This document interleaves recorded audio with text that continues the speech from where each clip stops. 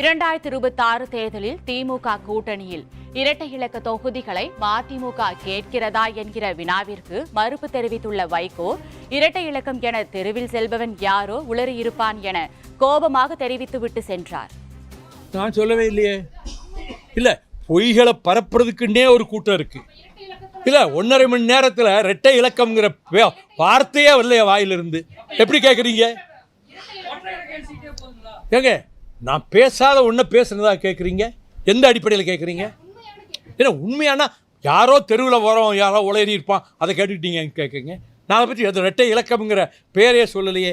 எத்தனை தொகுதிகள் நீங்கள் கேட்பீர்கள்னு உங்களை மாதிரி பத்திரிகையாளர்கள் திரும்ப திரும்ப முதன்மை செயலாளரை கேட்டபோது அவர் அங்கீகாரம் வேணும்னா 8 சட்டமன்ற உறுப்பினர்களாவது வெற்றி பெற்றிருக்கணும்.